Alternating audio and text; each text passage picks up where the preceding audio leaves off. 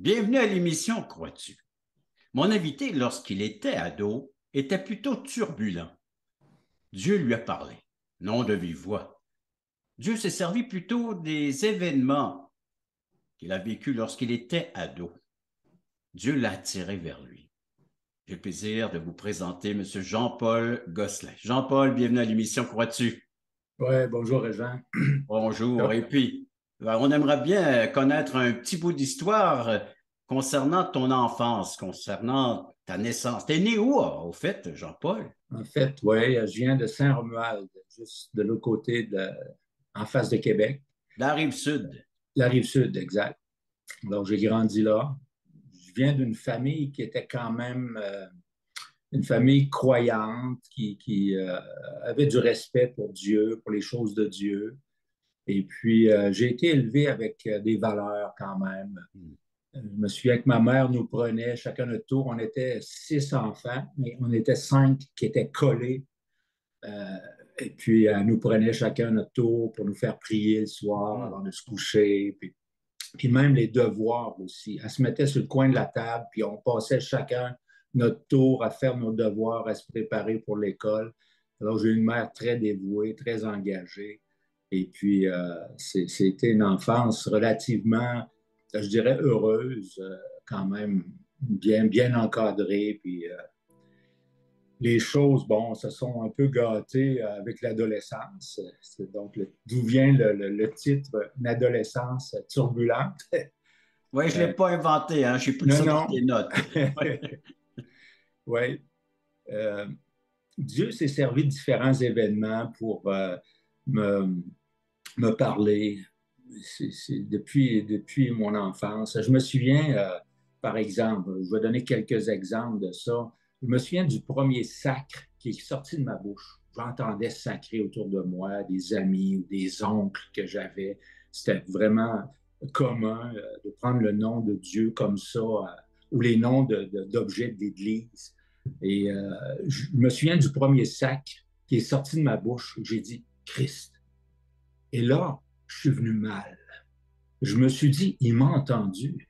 J'étais conscient que Dieu connaissait tout, voyait tout, puis il me connaissait, puis j'avais le sentiment déjà que Dieu commençait un travail pour m'attirer à lui, mais déjà en me montrant l'état de mon cœur, déjà à l'âge de 10, 11 ans peut-être. C'est un événement que je me souviens, puis Dieu m'a parlé à ce moment-là. Ou le Saint-Esprit, je pourrais dire comme ça. Aujourd'hui, je connais un petit peu plus la parole de Dieu. Puis je pense que le Saint-Esprit m'a montré un petit peu l'état de mon cœur. Pourquoi prendre le nom de Dieu en vain, euh, inutilement, comme ça? Et différents événements. J'ai été servant de messe aussi. C'était sur mon chemin pour l'école. Puis en allant à l'école, je partais plus tôt, puis j'allais pour la messe du matin. Et puis je me souviens seulement des extraits de la parole de Dieu qui étaient lus. J'oublie tout ce que le prêtre pouvait dire dans une messe. Mais par contre, quand il lisait un extrait d'un évangile dans l'homélie, ça me restait, ça me parlait. J'avais l'impression que la parole qui était lue venait de la parole de Dieu et avait une autorité. Alors déjà aussi, je pense que c'est un autre moyen que Dieu s'est servi pour me montrer que sa parole faisait autorité, elle était vraie.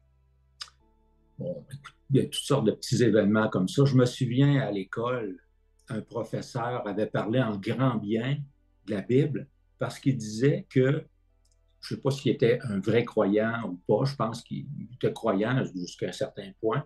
Il avait parlé du peuple d'Israël, les Juifs à travers le monde qui étaient revenus en Israël. Puis il disait, la Bible le dit, la Bible avait annoncé, et tout ça.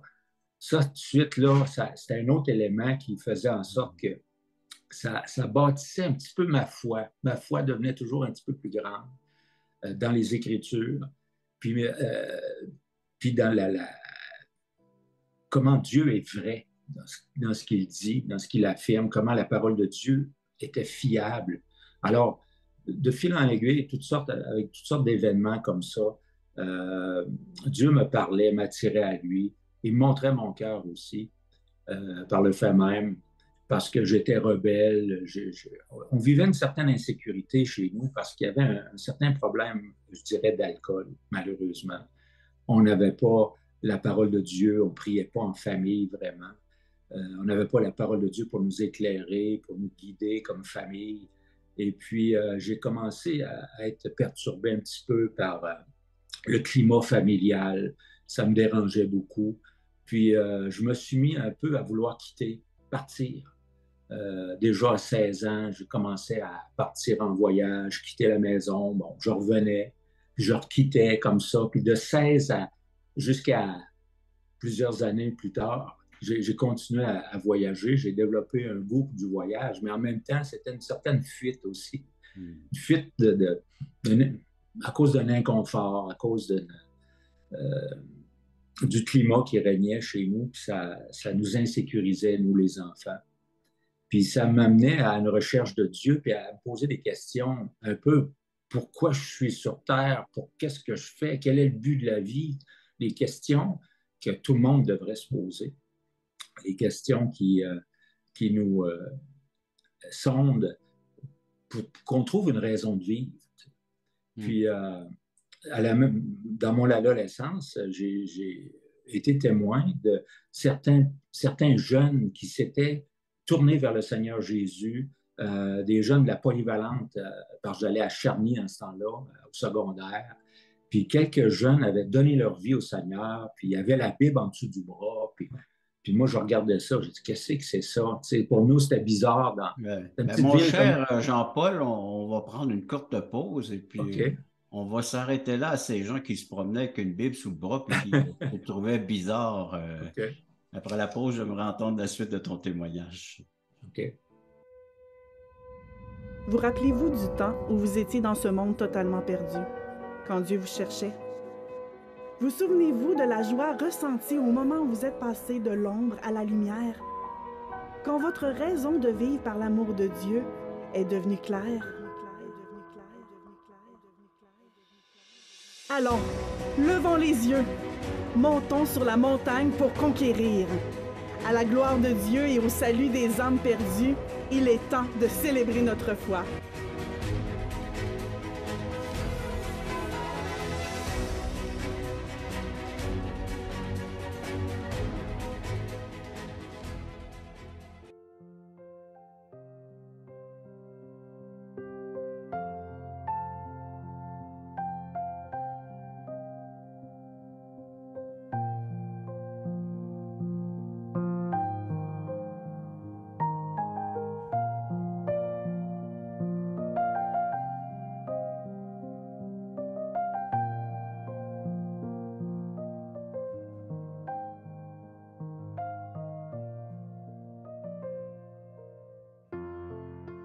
Jean-Paul, juste avant la pause, tu nous parlais que l'ambiance familiale, il y avait trop d'alcool là, qui était là. Alors, tu fuyais cette ambiance-là. Ouais. Mais en allant voyager ici et là, Dieu parle à travers des événements et des situations. Puis, entre autres, rendu à l'école, à Charny, entre autres, sur la rive sud de Québec, il y a des gens qui se promènent avec une Bible sous le bras, puis tu trouves ça bizarre comme comportement. Ouais, ouais.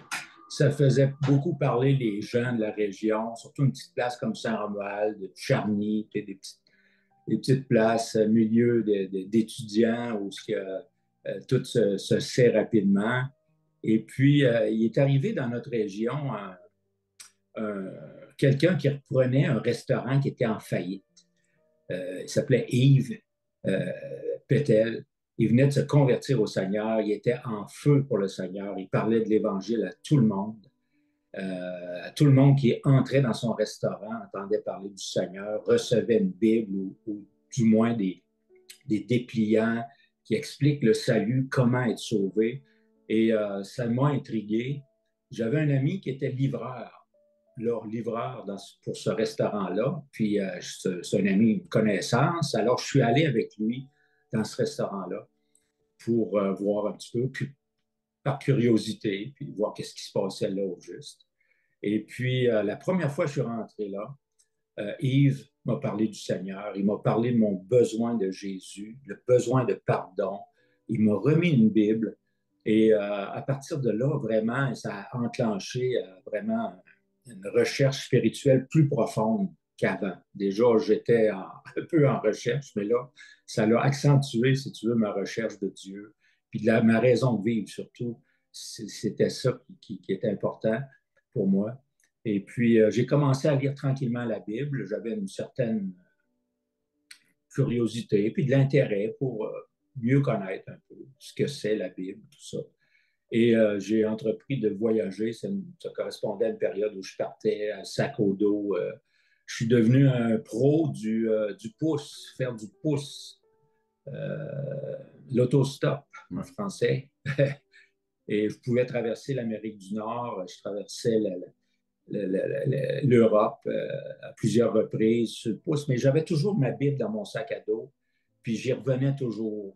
Puis en même temps, je rencontrais des chrétiens sur ma route, des chrétiens qui me parlaient du même message, du même salut, du même sauveur, et ça, c'était à répétition.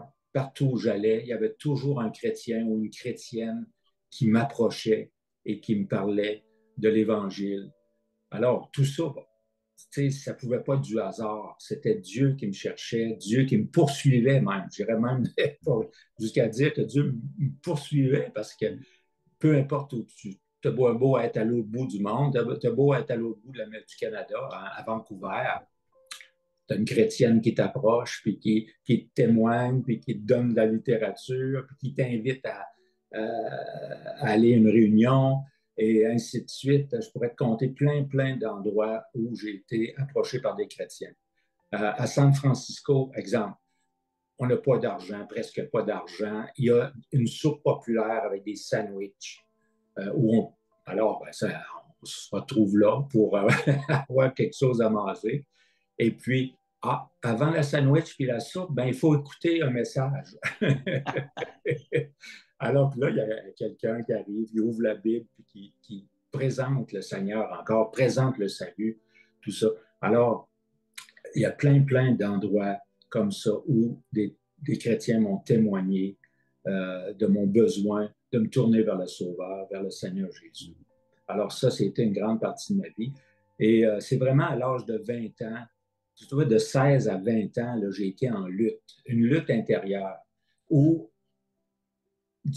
j'entends la voix de Dieu qui m'appelle à lui, mais en même temps, je ne veux pas laisser ma vie, le plaisir, puis la gang de chums, puis le style de vie qu'on faisait. Puis là, il se passe un combat intérieur, une lutte, puis qu'est-ce que je vais faire avec tout ça? Vraiment, ça tiraille.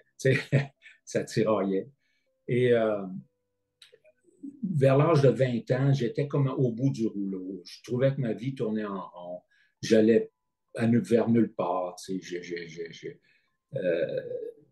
J'étais un peu rebelle au système. J'étais un peu révolté, puis tout ça. Puis en même temps, angoissé, puis sentant le vide en dedans de moi.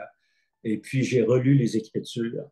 Puis c'est en lisant des textes de l'Ancien Testament où vraiment des textes difficiles dans l'Exode, Lévitique, tout ça, que j'ai eu une conviction de péché, où ce que vraiment Dieu m'a montré que j'étais un pécheur, mais pas seulement un pécheur, mais un pécheur perdu, dans le sens où si je mourais, je partirais dans l'éternité, loin de Dieu. Je n'étais pas réconcilié, je n'étais pas en paix, je n'avais pas le pardon qu'il me fallait pour partir dans l'éternité.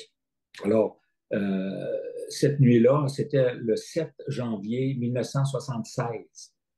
En lisant les Écritures, je me suis senti mal, puis j'ai eu peur. J'ai eu peur de mourir dans cet état-là.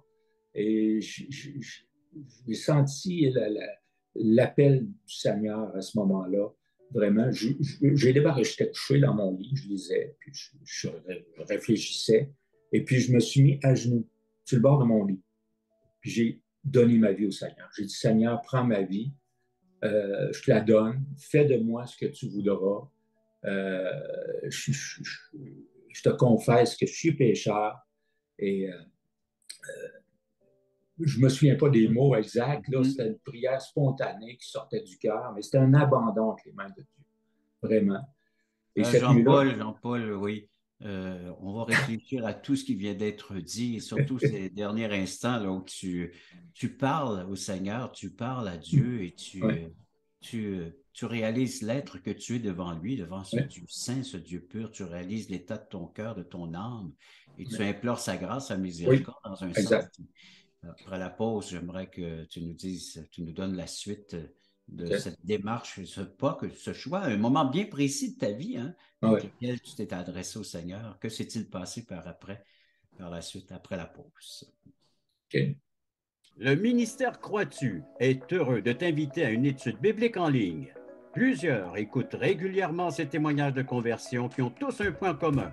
Ils ont reçu Jésus-Christ en tant que sauveur personnel. Tu as des questions existentielles? Dieu, la vie, où je vais après la mort? Tu veux en savoir plus sur ce salut éternel? En te rendant sur la plateforme croitu.ca, tu trouveras le lien qui te conduira à une étude et partage de l'Évangile selon Jean tous les mardis soirs 20h. Je vous attends grand nombre. Jean-Paul, tu parles à Dieu. Ça bouge en dedans de toi, là, ça Ouais. brasse. Mm. Est-ce que tu peux nous en donner un peu plus? Ouais. Nous en dire un peu plus? Certainement. Ouais. Donner la suite. Cette nuit-là, quand j'ai donné tout à Dieu, j'ai cessé de résister, j'ai cessé de fuir sa présence. Je me suis abandonné entre ses mains. Cette nuit-là, je répète la date, le 7 janvier 1976, en soirée, je me suis couché, je me suis endormi, et puis c'est le lendemain matin, je me suis levé un peu, tu sais, carré dans mon lit, là, tu sais, tu te lèves, là. Là, j'avais la joie. Je le savais qu'il était entré en moi. Je le savais que j'étais déchargé du fardeau, du poids, du péché. Je savais que j'étais en relation avec lui. Écoute, là, je ne peux pas d'avoir de plus grande joie que ça. Je le savais que lui, en haut, était entré dans mon cœur, dans ma vie. Et là, ça a tout changé à partir de là. Je me disais, les amis diront ce qu'ils voudront. Ma famille acceptera ou pas, je ne le sais pas. Je m'abandonne entre les mains de Dieu. Je veux vivre pour toi. Et puis, à partir de là, c'était vraiment la transformation dans ma vie.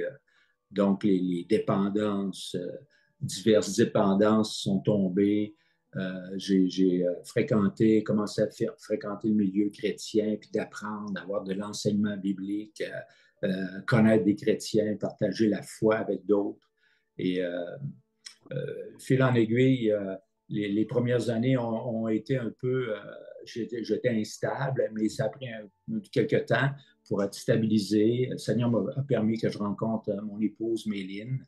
Ça va faire bientôt 40 ans qu'on est ensemble. On a 2 filles. Le Seigneur nous a donné une belle famille. Je suis tellement reconnaissant. Aujourd'hui, une belle famille unie, ça devient une rareté, malheureusement. C'est triste, mais je crois aux valeurs de la parole de Dieu, les valeurs de la famille, tout ça. Et le Seigneur m'a dirigé vers un travail assez spécial. J'ai eu une formation un petit peu en administration. J'ai appris mon anglais un peu ici et là. Et puis aujourd'hui, je travaille dans une librairie chrétienne. Ça fait presque 38 ans que je suis dans ce travail-là spécial pour Dieu. On importe des Bibles de l'Europe, on vend à d'autres librairies, on vend en ligne aussi. Alors, le Seigneur m'a comblé, il avait comme un plan pour ma vie. Puis il m'a amené dans ce plan-là. Puis aujourd'hui, je regarde en arrière, je dis, wow, comment j'ai été béni en m'abandonnant, en me laissant conduire par le Seigneur. Puis aujourd'hui, je suis aussi un responsable dans une église locale, une église évangélique. Toujours à Sainte-Foy, là, tout ça, ton Oui, oui, travail, puis tes oui, oui, responsabilités. Oui. exact. Mon travail est à Sainte-Foy, l'église est à Sainte-Foy, la maison tout proche ici, entre les deux. Et puis, vraiment, j'ai été comblé. Je remercie le Seigneur parce que ma vie aurait pu être une catastrophe. Ma vie, j'aurais pu devenir un itinérant. J'exagère pas en disant ça aujourd'hui. Je vois le passé, je vois comment les choses auraient pu tourner.